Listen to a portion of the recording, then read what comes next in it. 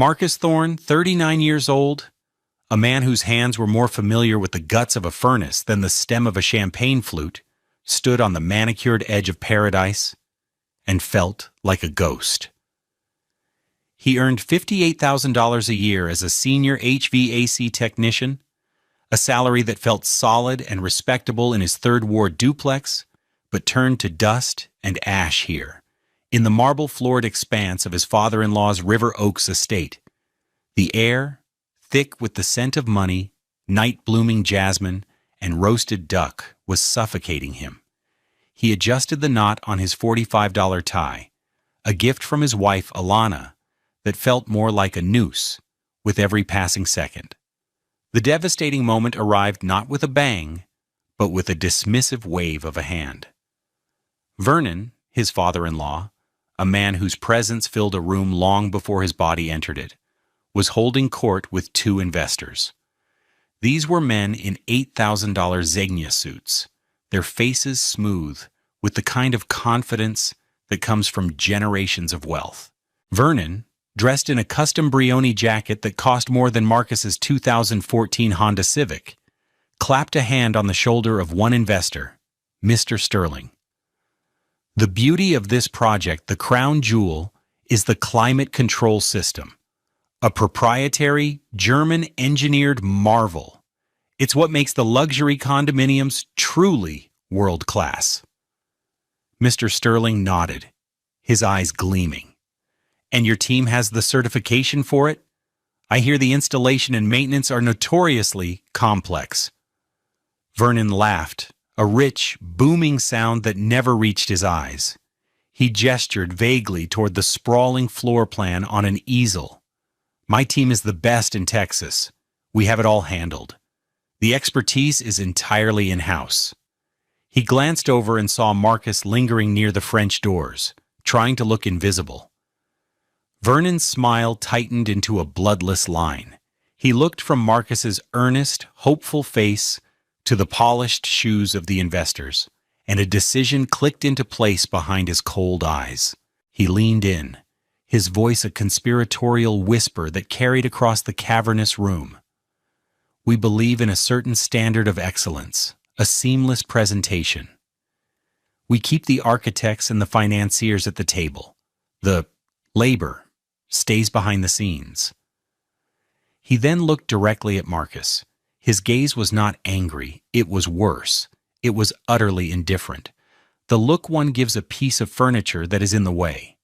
He walked over, his $1,200 leather shoes making no sound on the Persian rug. He didn't raise his voice. He placed a heavy hand on Marcus's shoulder, a gesture that was meant to look paternal to the guests, but felt like a physical eviction. Son, this is a conversation for the principals. Why don't you go check on the catering staff? Or better yet, head on home. Alana will be fine. Long night ahead for us. The humiliation was a physical force, a hot flush that crawled up Marcus's neck. He looked at his wife, Alana, who stood near the fireplace, a vision in a $2,200 Hervé Leger dress, a glass of champagne in her hand. She saw the exchange. She saw the shame coloring her husband's deep brown skin. She met his desperate gaze for a fraction of a second, then looked away, taking a sudden, intense interest in a painting on the wall. She had chosen. Her silence was his answer. Vernon, Marcus started, his voice a dry rasp. Vernon's grip tightened. His voice dropped lower, a venomous hiss meant only for Marcus. I'm not going to say it again. Men who crawl in ceilings for a living don't sit at my table when I'm closing a multi-million-dollar deal. Your part is done. Go. He propelled Marcus toward the grand foyer. A security guard, stone-faced and silent, opened the massive carved oak door without being asked.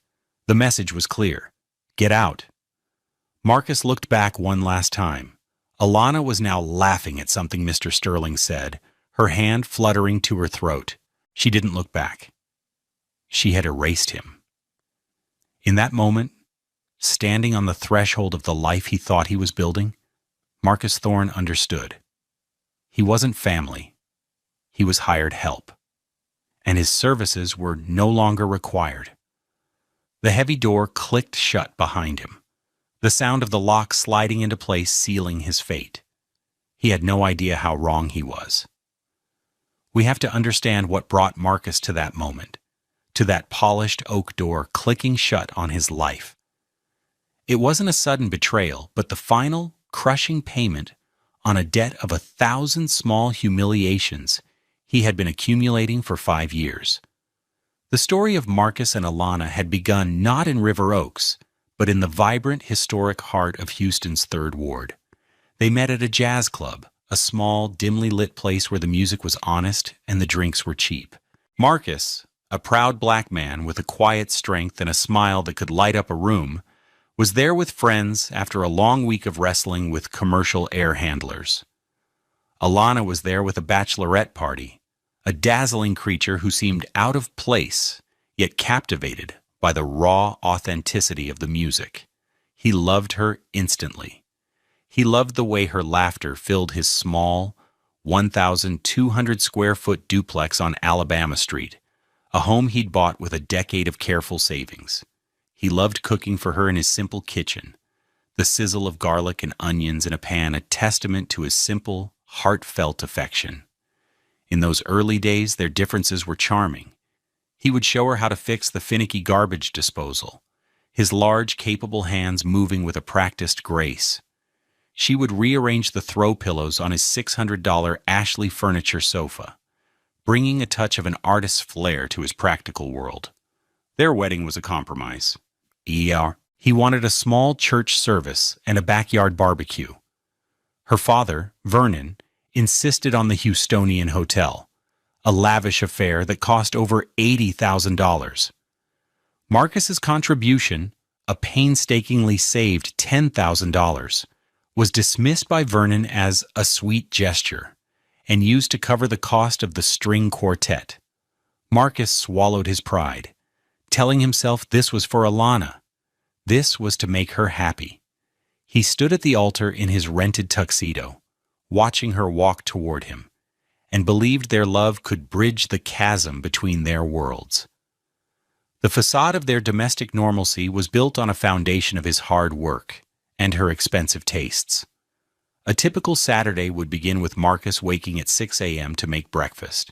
He'd brew coffee, scramble eggs, and pack a lunch for himself, a simple turkey sandwich and an apple. Alana would sleep until 10 a.m., emerging in a $350 silk robe to find her coffee waiting. While he spent the day on call, driving his work van across the city to fix broken AC units in the sweltering Texas heat for his $58,000 salary, she would be at the Galleria. A text might arrive in the afternoon. A picture of a new purse, a $2,800 Saint Laurent bag. Isn't it gorgeous? It was on sale. The word sale was her justification for every extravagance. He tried to keep up. For their anniversary, he spent 2 months of his overtime pay on a weekend trip to a resort in the Hill Country, a bill that totaled over $1,900. She loved it, but casually mentioned that her friend's husband had taken her to Paris. The comparison hung in the air, unspoken but heavy. He saw the statements for the credit cards Vernon kept in her name, a $4,000 shopping spree at Neiman Marcus, a $700 dinner at Uchi with her friends. He was paying the $2,100 mortgage on their shared home, the utilities, the groceries, while her father funded a lifestyle Marcus could never provide. When Vernon announced his plan to build a new luxury condominium tower, the Elysian, it felt like a chance for Marcus to finally prove his worth. The project was massive, a $65 million venture, but the initial phase relied on securing a $2.4 million contract with a group of private investors to fund the foundational and infrastructure work. The linchpin of the proposal was a state-of-the-art, hyper-efficient cooling system from Germany, the Kühlvector 9000. It was the latest in green technology, a system so new and complex that only a handful of technicians in the entire state were certified to install and, more importantly, authorize its operation. Marcus, through his company, had paid $12,500 for him to attend a grueling 3-week certification course in Munich a year prior. He saw it as an investment in his future. Vernon saw it as a convenient and cheap asset. "Marcus, my boy," he had boomed, draping an arm around him at a family dinner. "You're just the man I need. You're going to be my secret weapon on this Elysian project. We'll make you the head of environmental systems. Put your name right on the proposal." For 6 months, Marcus poured his soul into the project. He spent his evenings and weekends hunched over blueprints in his small home office, adapting the German system to the Houston climate. He ran thermal calculations, designed custom ductwork, and wrote a 100-page operational manual. He took calls from Vernon's architects at all hours, solving problems they couldn't. He did all of this for free, for the promise of being a principal in the deal. Alana encouraged him. "Daddy is so impressed with you, baby," she'd say, kissing his cheek as she passed by his desk on her way out to meet friends. "This is our big break. Once this deal is closed, we can finally move out of this tiny house and get a place in River Oaks, near them." He believed her. He believed in the future she painted, a future where his hard work would finally be valued, where he would be seen as an equal. He never noticed that his name, Marcus Thorne, which was on the initial drafts of the investor proposal, had been quietly replaced in later versions with a vague, corporate-sounding title, Head of Engineering, Vernon Properties. He was being erased long before he was thrown out the door. The foundation of their life together wasn't just cracking, it was a mirage, and it was about to evaporate in the most public and humiliating way possible. He just didn't know it yet. The cruelty did not begin on the night of the investor dinner. That was merely its grand finale. The preceding months were a masterclass in escalating betrayal, a slow, methodical dismantling of Marcus's spirit, orchestrated by Vernon and abetted by Alana's silent complicity. The outrage accumulated in 100 small cuts, each one deeper than the last. It started with words, casual remarks, dropped like poison into the conversation at Sunday dinners. They would be seated around Vernon's massive $30,000 mahogany dining table. Vernon would be carving a prime rib, and he'd look at Marcus's hands. "Still got grease under your nails, son?" he'd ask, a smirk playing on his lips. "You can take the man out of the garage, I suppose." Alana would laugh, a light tinkling sound. "Oh, Daddy, stop it. You know Marcus works hard." It wasn't a defense. It was an excuse, an apology, for her husband's blue-collar existence. One evening, Marcus came to the estate straight from a difficult job, his work clothes stained with coolant. He had been called to an emergency at a children's hospital where the main AC unit for the neonatal ICU had failed. He'd worked for 10 hours straight in a cramped, 120-degree rooftop enclosure to get it running. He was exhausted, but proud. He walked in to find Alana and her mother, Eleanor, looking at fabric swatches for the new condo. "Oh, Marcus," Eleanor said, her nose wrinkling as if smelling something unpleasant. "You're not going to sit on the furniture dressed like that, are you? That sofa is Italian silk. It cost $14,000. Marcus stopped in the doorway. "I just saved 3 dozen newborns from cooking in a hot box, Eleanor. I didn't have time to change." Alana rushed over not to hug him, but to steer him toward the back door. "Honey, let's get you cleaned up. Mom didn't mean it like that." But she did, and Alana knew it. As he showered in the guest bathroom, using a $50 bar of soap that smelled like sandalwood, he overheard them in the hallway. "Honestly, Alana," Eleanor's sharp voice cut through the door, "when are you going to get him a respectable job? A desk job? My friend's sons-in-law are bankers, lawyers. What am I supposed to say? My son-in-law services air conditioners?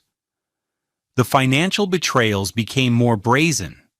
Marcus had set up a joint savings account when they got married, a place for them to build a future together.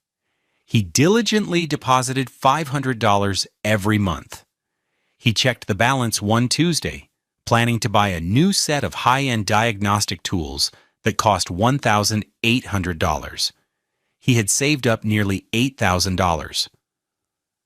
The balance was $74.12. Panic seized him. He called the bank, thinking it was a mistake, a fraud alert. The customer service representative informed him of a single withdrawal made 2 days prior, a wire transfer to a company called Étoile Boutique. He confronted Alana that evening. She was in their bedroom, humming, as she unwrapped a new dress, a shimmering, sequined thing. "Alana, what happened to the savings account?" he asked, his voice tight. She didn't even look at him. "Oh, that. I needed a dress for the investor dinner. This is a huge night for us, Marcus. I have to look the part." "The part of what? You spent our entire savings on a dress?" The dress was laid out on the bed. He saw the tag. It wasn't from Étoile Boutique. It was a $7,500 Oscar de la Renta. The boutique was just a reseller. "Don't be so dramatic," she scoffed, finally turning to face him. Her expression was annoyed, not remorseful. "It's not our savings. It's just some money you put aside. Daddy will give it back to you. It's an investment in our future. You need to think bigger, Marcus. You're still thinking like a man who gets paid by the hour." The argument that followed was the worst of their marriage. He wasn't yelling about the money. He was yelling about the trust, the partnership, the shared dream she had just incinerated for a piece of clothing. "That was our emergency fund, Alana. That was for a new roof, for if the car breaks down, for if I get hurt at work." "If you get hurt, you have insurance," she said coldly, "and Daddy will buy us a new car. You need to stop clinging to this little pile of money like it's your life raft. My father is the life raft. Can't you see that?" He saw it all too clearly. He was not her partner. He was a passenger she was tolerating until she reached her destination. The final, most devastating blow came a week before the dinner. He was at the estate, finalizing the last of the Kuhl Vector schematics. He needed Vernon to sign off on a purchase order for a specific coolant filtration unit that cost $27,000. He went looking for him and heard voices coming from Vernon's study. The door was slightly ajar.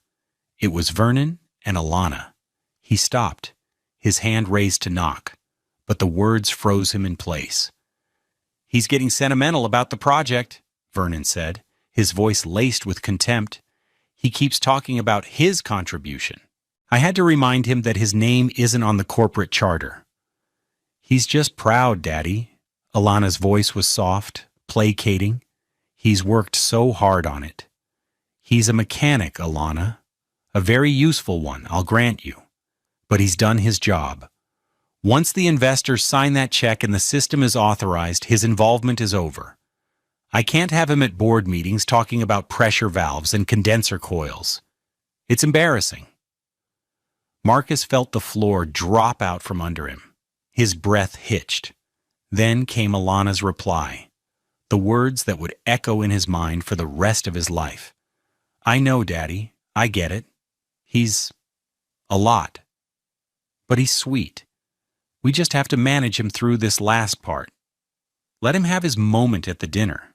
Let him feel important. And then we can phase him out. Gently. Once we're in the new house, he can have his own workshop or something. A place to tinker. He'll be happy. A place to tinker. Phased out. Gently. He backed away from the door, his heart a cold, dead weight in his chest. He felt a profound, chilling clarity. They weren't just dismissing his work, they were planning his obsolescence. He was a tool to be used and then stored away in a workshop. He walked out of the house without signing the purchase order. He didn't say a word. He just went home to his little duplex, the one she called tiny, and sat in the dark. The outrage was no longer a series of small cuts. It was a gaping wound. And as he sat there, a cold, hard resolve began to form in the ruins of his love. They thought he was a simple man, a mechanic who crawled in ceilings. They had no idea what kind of systems he truly understood. He understood leverage. He understood contracts. And he understood with perfect, terrifying clarity that the Vector 9000 system had a failsafe, a final authorization protocol that could only be activated by one person, the certified technician, him. They had made a critical mistake. They had underestimated the man in the ceiling. And so, when he was thrown out of the party a week later, it wasn't a surprise. It was an inevitability. The humiliation was real. It burned like acid. But beneath it, something else was stirring. A plan. The heavy oak door of the River Oaks mansion clicked shut at 7:48 p.m. The sound was definitive. A full stop on a chapter of his life. Marcus stood on the top step of the grand stone entrance, the warm, golden light from the party spilling from the tall windows, illuminating the fine mist of rain that had begun to fall. The rain was cool on his hot face, a small mercy. He could still hear the muffled sound of laughter and clinking glasses from within, a world he was no longer a part of. He felt 1,000 eyes on his back, even though there were none. The security guard, a stoic man in a black suit, stood impassively by the door, his presence a clear signal that Marcus was not to re-enter. He walked down the stone steps, his hand sliding down the cool, damp marble balustrade. Each step felt heavy, a descent from the fantasy he had been living into a harsh, unwelcome reality. He reached the bottom of the long, curved driveway, a river of perfectly laid cobblestones that probably cost more than his entire education. The gates were 100 yards away, two massive wrought iron behemoths that looked like they guarded a fortress. As he walked, the rain intensified, plastering his thin $150 department store suit jacket to his shoulders. The drops were cold, and he started to shiver, though he wasn't sure if it was from the chill or the shock. He felt utterly alone. The grand, multi-million-dollar homes of River Oaks were set far back from the road, hidden behind walls and landscaping, their windows like distant, uncaring eyes. The street was silent save for the whisper of the rain and the distant hum of Houston traffic. He reached the gate and stood before it, looking back at the mansion. It glowed like a jewel box, a self-contained universe of wealth and power. Inside, his wife was laughing. Inside, his father-in-law was closing a deal built on his work, his knowledge, his certification. A deal from which he had just been physically ejected. The shame was a physical taste in his mouth, coppery and vile. He had given them everything, his time, his expertise, his love. He had swallowed their insults, endured their condescension, all for Alana, for the dream of a life with her. And she had let them throw him out like trash. She had watched him be humiliated and turned away, more interested in a glass of champagne. The thought was a fresh stab of pain, sharp and deep. He pulled his phone from his pocket, a 3-year-old Samsung with a crack in the corner of the screen. His thumb hovered over Alana's contact photo, a smiling picture of them from their honeymoon. For a moment, he considered calling her, begging, yelling. What was there to say? Why did you let him do that to me? He knew the answer. She agreed with him. He leaned his head against the cold iron bars of the gate, the rain dripping from his neatly trimmed hair onto his face, mingling with the single hot tear that escaped his eye. He closed his eyes, the image of Alana turning her back on him burned onto his eyelids. It was over. He had lost. He was just a broke HVAC tech, and they were the kings of the world. And then his phone vibrated in his hand, a sharp, insistent buzz. He looked down, expecting a text from a friend or a work notification, but it was a calendar alert from a specialized app he used for high-security jobs. The logo was the stylized eagle of the German manufacturer Kühlvektor AG. The message on the screen was simple, written in the precise, no-nonsense language of German engineering. Alert: Kühlvektor 9000 system, IDVERN-PROP-ELYSIAN-01, online and awaiting final commissioning. Protocol 7.4.2, on-site certified authorization, required within 60 minutes of system boot. Operator Marcus Thorne, TX-CERT-91B4, Dispatch ETA, 1958 Central Standard Time. Please proceed to designated pickup point. Marcus stared at the screen, the rain blurring the words. He read it again, and a third time. Protocol 7.4.2. He remembered it vividly from his training in Munich. It was a security and liability failsafe. The complex system could be powered on, but it would not become operational. It wouldn't cool until the certified technician who designed the installation physically interfaced with the master control unit on site and entered a unique, time-sensitive biometric and alphanumeric code. It was a final check to ensure the system was installed perfectly and to transfer liability from the manufacturer to the operator. He had insisted on enabling it, telling Vernon it was a crucial safety measure. Vernon, bored by the technical details, had waved him off. Fine, do whatever you need to do with your little computer things. Dispatch ETA, 1958 Central Standard Time, 8 minutes from now. A slow smile spread across Marcus's face. It felt alien, like a muscle he hadn't used in years. They hadn't just underestimated him. They had forgotten the most important detail. They saw him as the man who crawls in ceilings, the man with grease under his nails. They forgot he was also the man who held the keys, the only man. He took a deep breath, the damp air feeling clean and sharp in his lungs for the first time all night. He was not broken. He was not defeated. He was holding a royal flush. He straightened up, wiping the rain and the tear from his face with the back of his hand. He looked back at the glowing mansion, at the party, at the life he no longer wanted. He didn't have to play dumb for long. He just had to wait.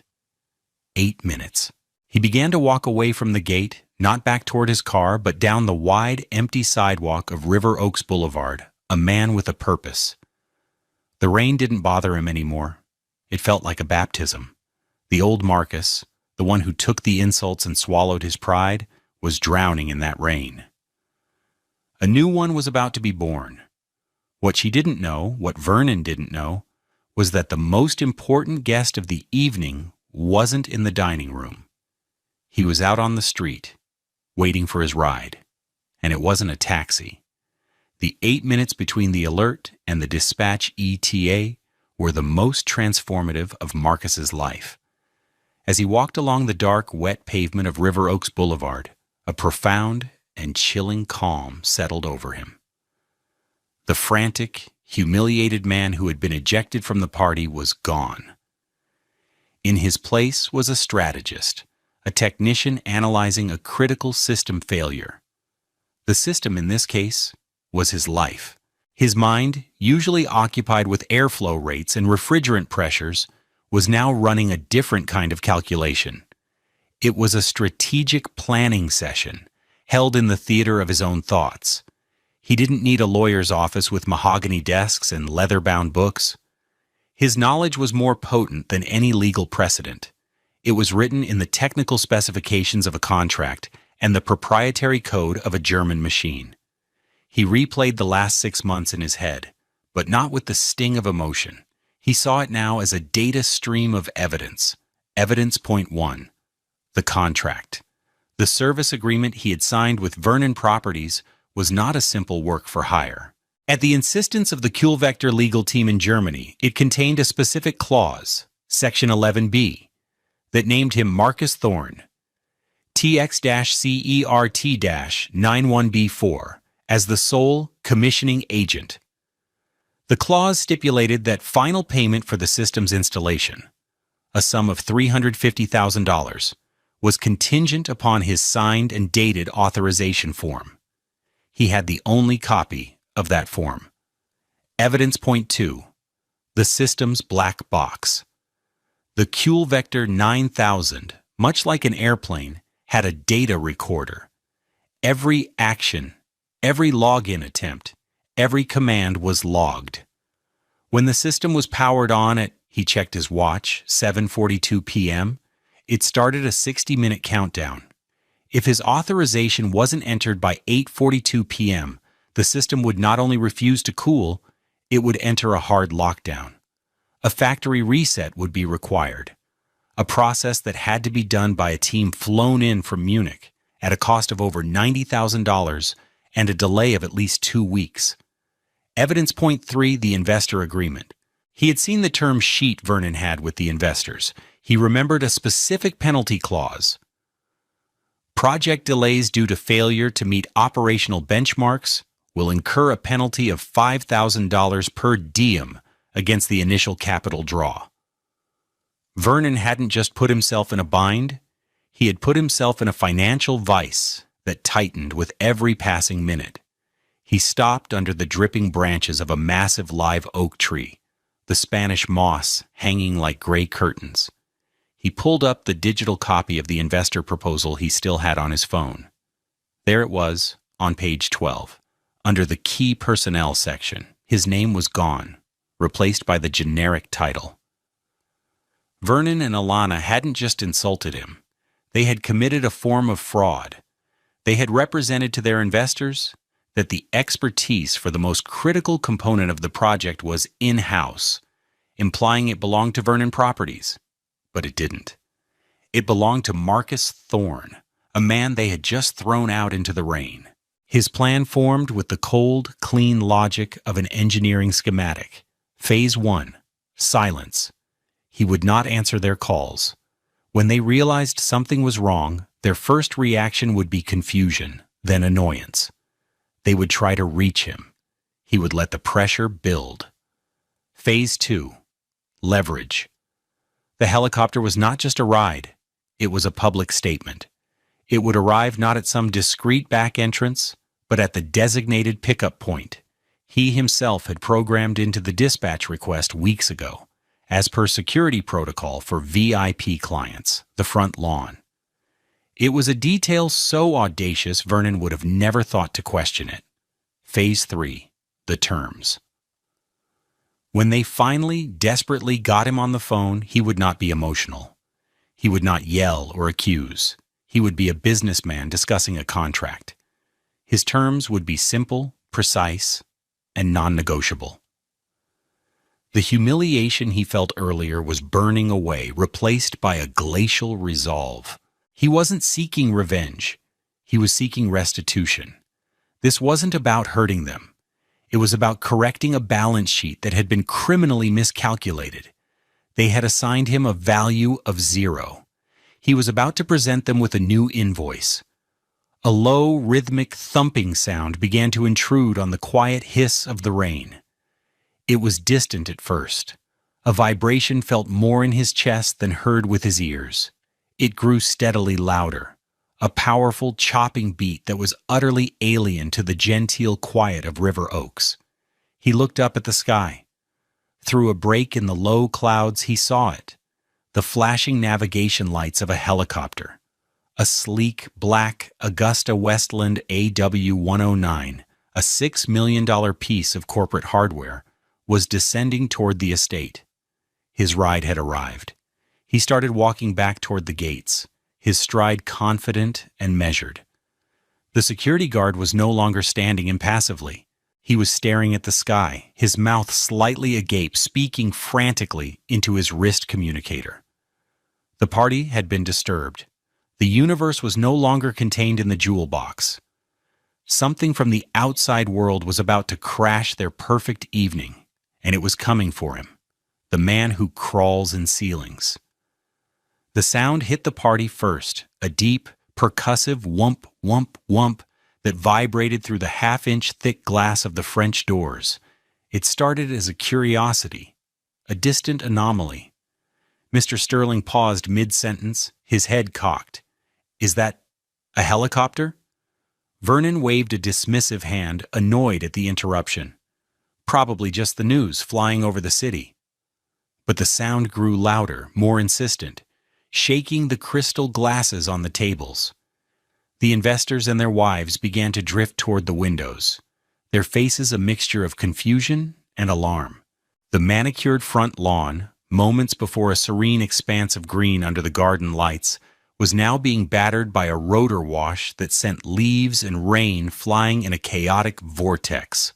Two powerful landing lights cut through the gloom, painting the front of the mansion in a stark, brilliant white. The noise was deafening now, a physical presence that drowned out the string quartet and the polite chatter.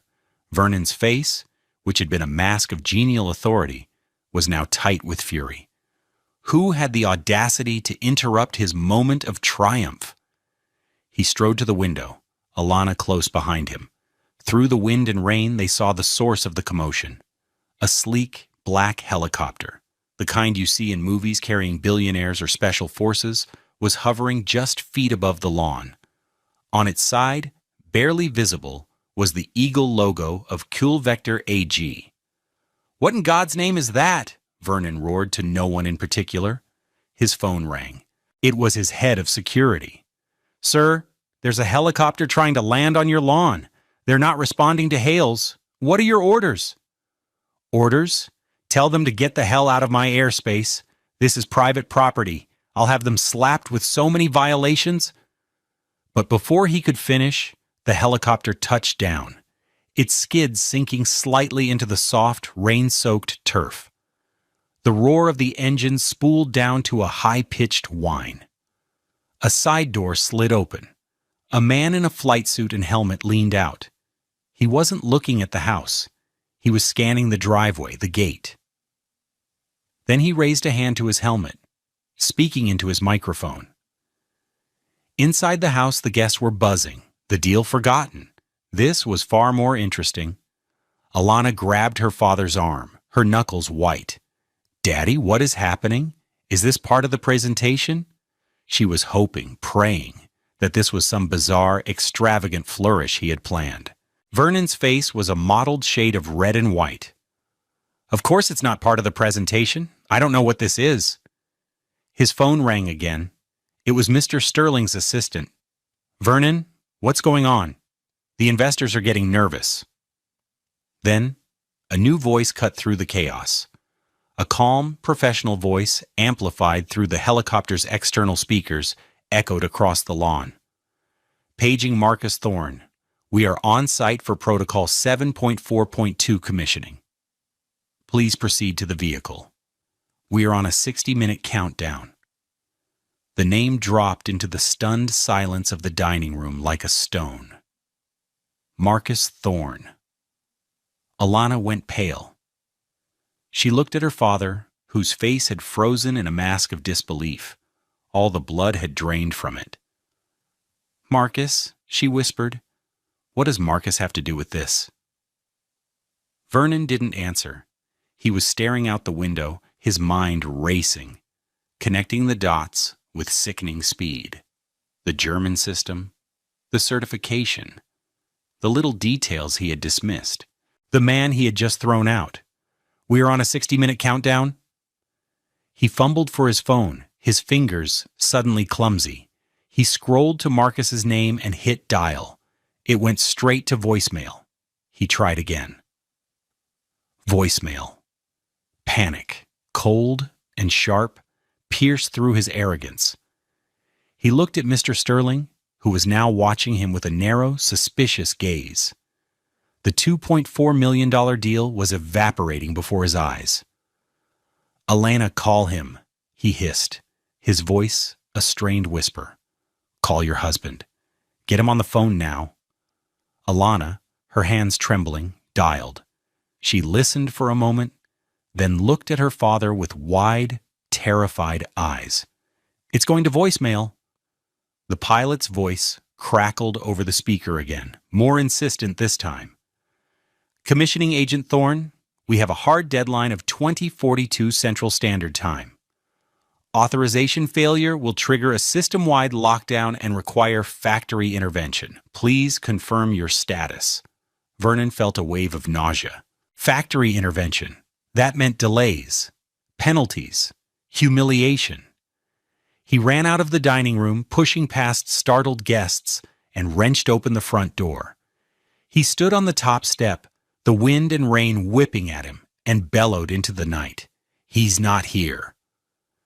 The pilot in the helicopter simply looked at him, then turned and spoke into his mic again. 100 yards away, standing just outside the gates, Marcus's phone rang. It wasn't Vernon. It wasn't Alana. It was a private number. He answered. "Thorne." "Mr. Thorne?" a crisp German-accented voice said. It was Klaus, the head of North American operations for Kuhlvector, patched in from the company's Dallas headquarters. "Klaus here. Our pilot reports you are not at the pickup point. Is there an issue?" Marcus looked through the bars of the gate at the scene unfolding on the lawn. He could see Vernon standing on the porch, a small, frantic figure yelling into the wind. He could see the lights of the party, the confused faces in the windows. "There's an issue with site access, Klaus," Marcus said, his voice perfectly calm. "The property owner is uncooperative." "Uncooperative?" "Mr. Thorne, the contract is clear. Unimpeded access for the commissioning agent is mandatory. Is the owner, a Mr. Vernon Maxwell, aware that he is currently in breach of Section 8 of his purchase agreement and is jeopardizing a multi-million-dollar real estate deal?" A slow, cold smile touched Marcus's lips. "I don't believe he is, but I think he's starting to figure it out." Just then, his phone beeped with another incoming call. It was Alana. He let it go to voicemail. A text message immediately followed. "Marcus, pick up the phone. Daddy is freaking out. What is going on?" He ignored it. He said to Klaus, "Patch me through to the property owner's cell phone, would you? I think it's time we had a conversation." "Right away, mister." "Thorne." Vernon's phone rang, displaying a blocked number. He answered it, ready to scream at whoever it was. "What?" "Vernon." The voice was quiet, controlled, and utterly devastating. It was Marcus. Vernon's rage evaporated, replaced by a dizzying mix of fear and disbelief. "Marcus? Marcus, where are you? You have to get back here. There's a helicopter. They're saying the system." "I know what they're saying, Vernon," Marcus said, his voice as cold and hard as steel. "I'm the one who called them?" Vernon stumbled back a step, speechless. "You have about 43 minutes until your entire HVAC infrastructure becomes a $900,000 paperweight," Marcus continued, his tone flat, devoid of emotion. "A paperweight that will cost you 90 grand in 2 weeks to fix. Not to mention the $5,000 a day penalty from your investors for the delay. I did the math. A 2-week delay is going to cost you $70,000 in penalties alone." "Marcus, listen to me," Vernon pleaded, his voice cracking. "It was a misunderstanding. I was stressed. The investors, just come back, please. We can talk about this." "The time for talking was before you threw me out of your house, Vernon," Marcus said. He paused, letting the silence stretch. He could hear Vernon's ragged breathing on the other end of the line. "You said men who crawl in ceilings don't sit at your table. You're right, they don't. They stand on the lawn and decide whether or not you get to have a $2.4 million contract."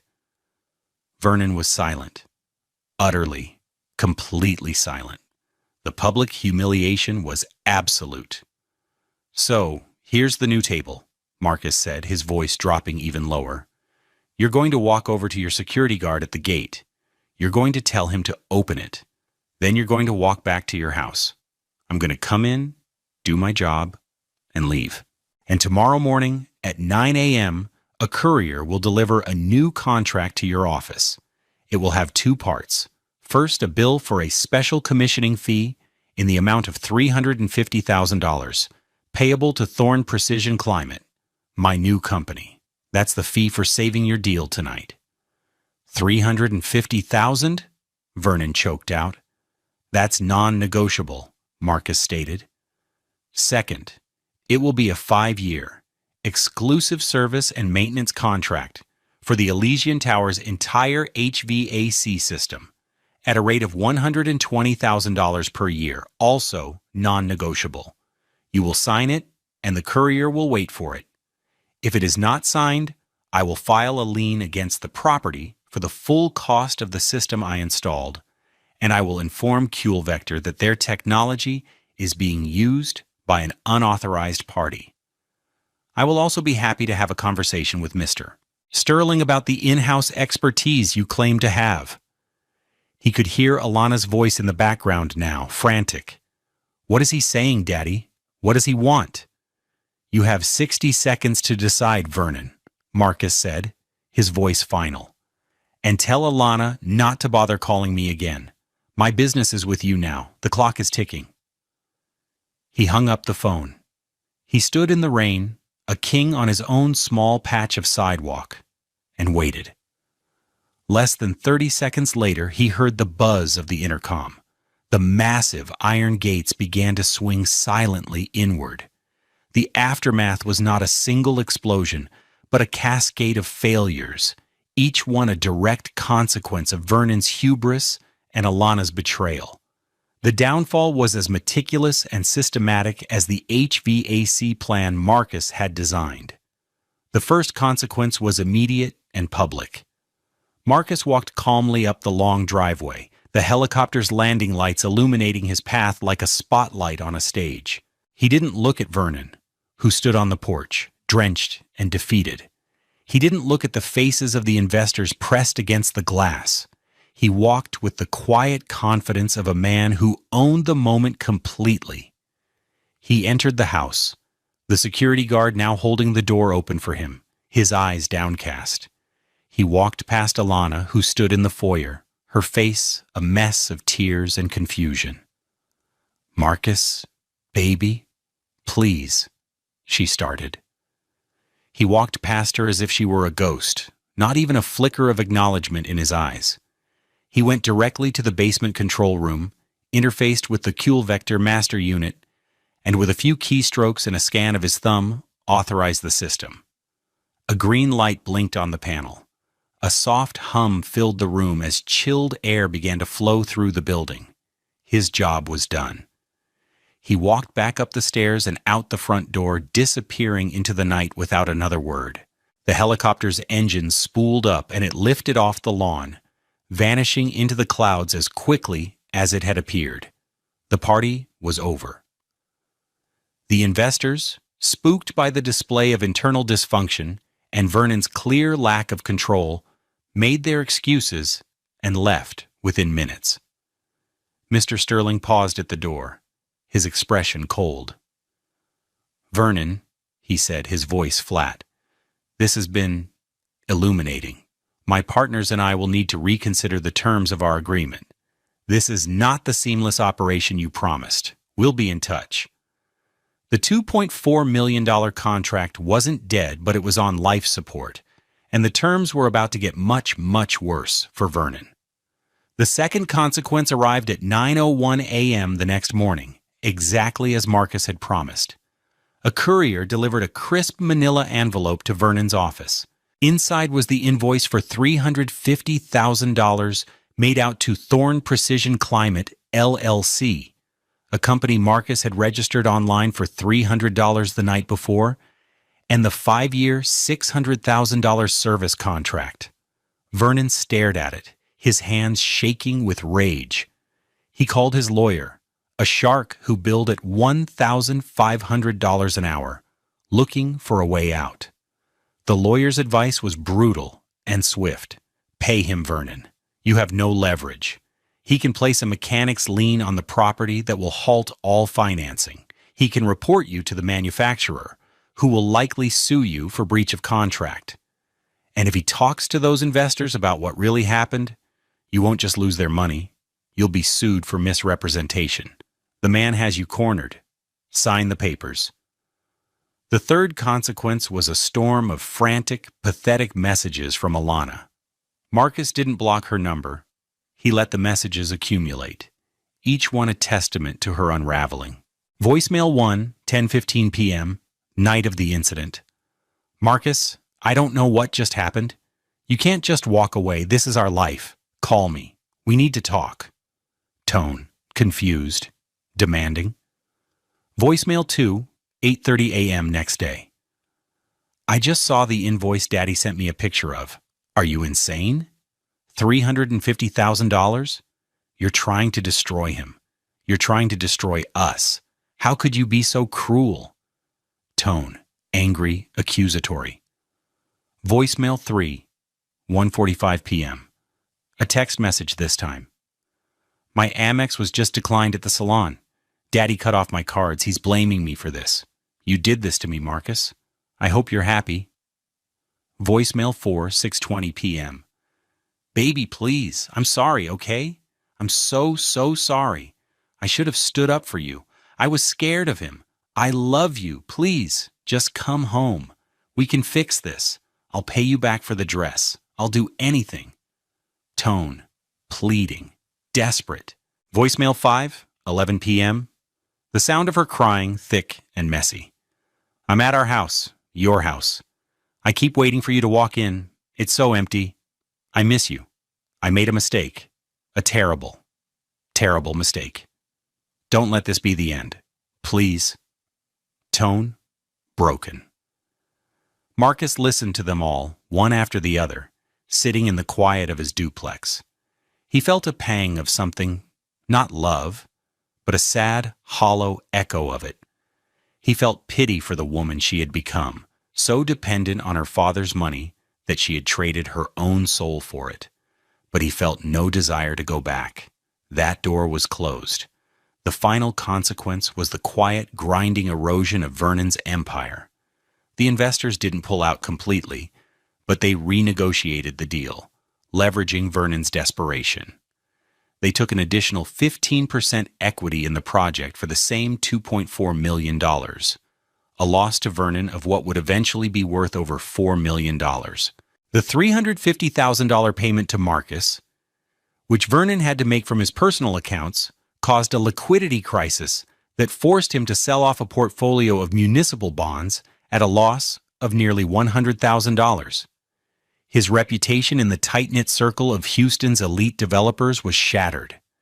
He was no longer seen as a titan, but as a fool who had been outmaneuvered by his own son-in-law, the mechanic. The story, in hushed tones, spread like wildfire at the River Oaks Country Club.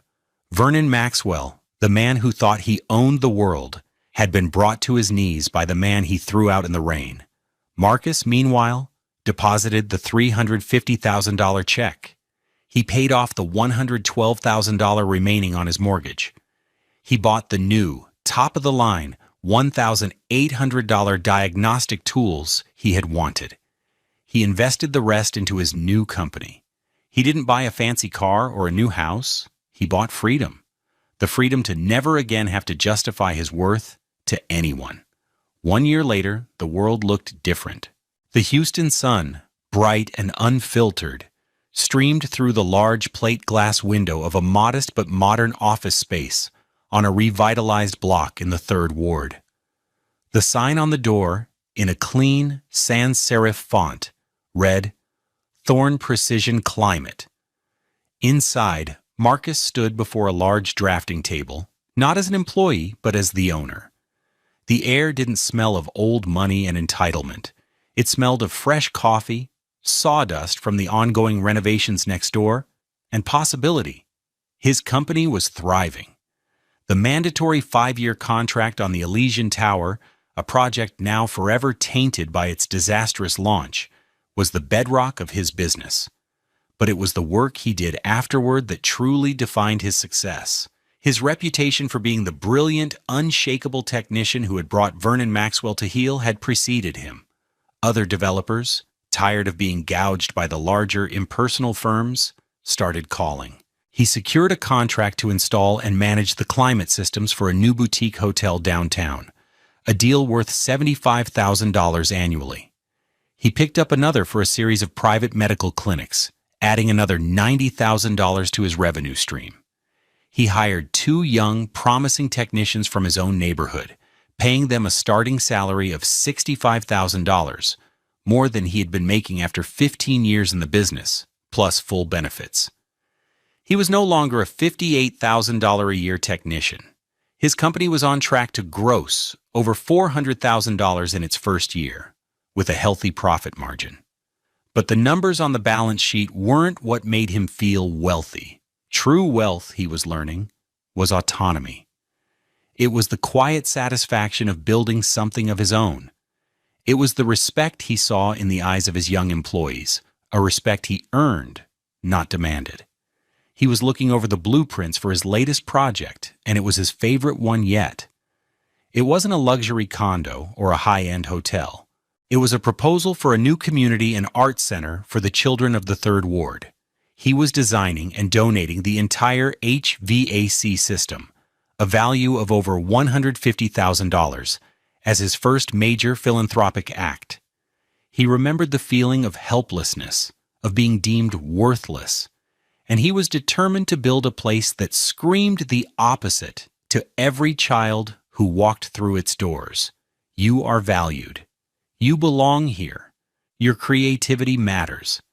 This was his real Elysian tower. His phone buzzed. It was a number he didn't recognize, but he answered with his new professional greeting. "This is Marcus Thorne." "Marcus, it's Alana." Her voice was different. The brittle, entitled edge was gone. It was quiet, hesitant. He hadn't spoken to her since he had filed for divorce 10 months ago, a simple, no-fault proceeding. She hadn't contested it. "Alana," he said, his voice even, not cold, just neutral. I heard about the community center," she said. "My friend's mom is on the board. She said a local businessman was making it possible. She told me it was you. I wanted to say, that's a beautiful thing to do." "Thank you," he said. An awkward silence fell between them. He could hear the faint sound of traffic on her end. She wasn't in River Oaks anymore. After the divorce and with Vernon's finances in disarray, she had moved into a small apartment in Midtown. She was working, he'd heard, as a receptionist at a dental office. "I miss you," she whispered, the words so faint he almost didn't catch them. "I was a fool. I was weak. I chose things over people, over you. I'm so sorry, Marcus. I know it's too late. I needed you to hear me say it." He listened, and for the first time he felt a sense of closure. The anger was gone, replaced by a deep, quiet peace. He had forgiven her, not for her sake, but for his. Forgiveness was the final weight he had to set down to be truly free. "I hear you, Alana," he said softly. "I wish you well. I really do. But I have to go. I have work to do." He ended the call before she could reply. He turned back to the blueprints, to the future he was building. He thought about that night in the rain, the humiliation, the feeling of being worthless. He realized that Vernon and Alana had given him a gift. They had shown him the prison he was living in, a gilded cage of their approval. By throwing him out, they had inadvertently set him free. True wealth isn't about the car you drive or the address you live at. It's not about the price tag on your suit or the champagne in your glass. True wealth is character. It's the value you build in the world and the dignity with which you carry yourself.